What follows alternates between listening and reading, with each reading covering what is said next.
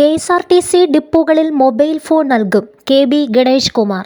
KSRTC ഡിപ്പോകളിൽ July 1 മുതൽ mobile phone നൽകുമെന്ന് മന്ത്രി KB ഗണേഷ് കുമാർ.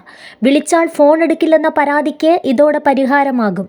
24 മണിക്കൂറും പ്രവർത്തിക്കുമെന്നും എൻക്വയറി കൗണ്ടറിന്റെ ആവശ്യം ഇനിയില്ലെന്നും മന്ത്രി പറഞ്ഞു.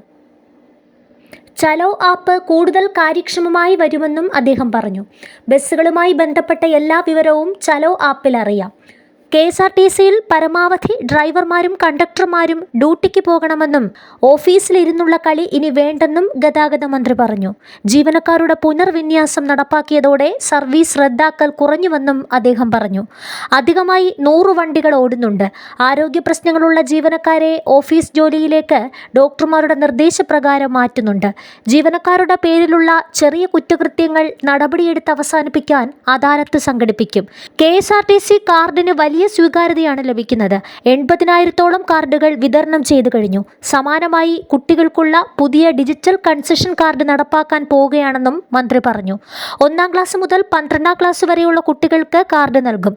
110 രൂപയാണ് വാർഷിക ചെലവ്. മാസത്തിൽ 25 ദിവസം നിശ്ചിത റൂട്ടുകളിൽ സഞ്ചരിക്കാം. പഴഞ്ചൻ ലാൻഡ് ഫോണുകൾ മാറ്റി എല്ലാ ഡിപ്പോകളിലും പതിയെ മൊബൈൽ ഫോണുകൾ നൽകും. സ്മാർട്ട് ഫോണുകളായതിനാൽ വാട്സപ്പ് വഴിയും പരാതികൾ കൈമാറാം. മന്ത്രി വിശദീകരിച്ചു. ഭാവിയിൽ ബസ്സുകളുടെ ഷെഡ്യൂൾ തീരുമാനിക്കുന്നത് AI ആയിരിക്കും.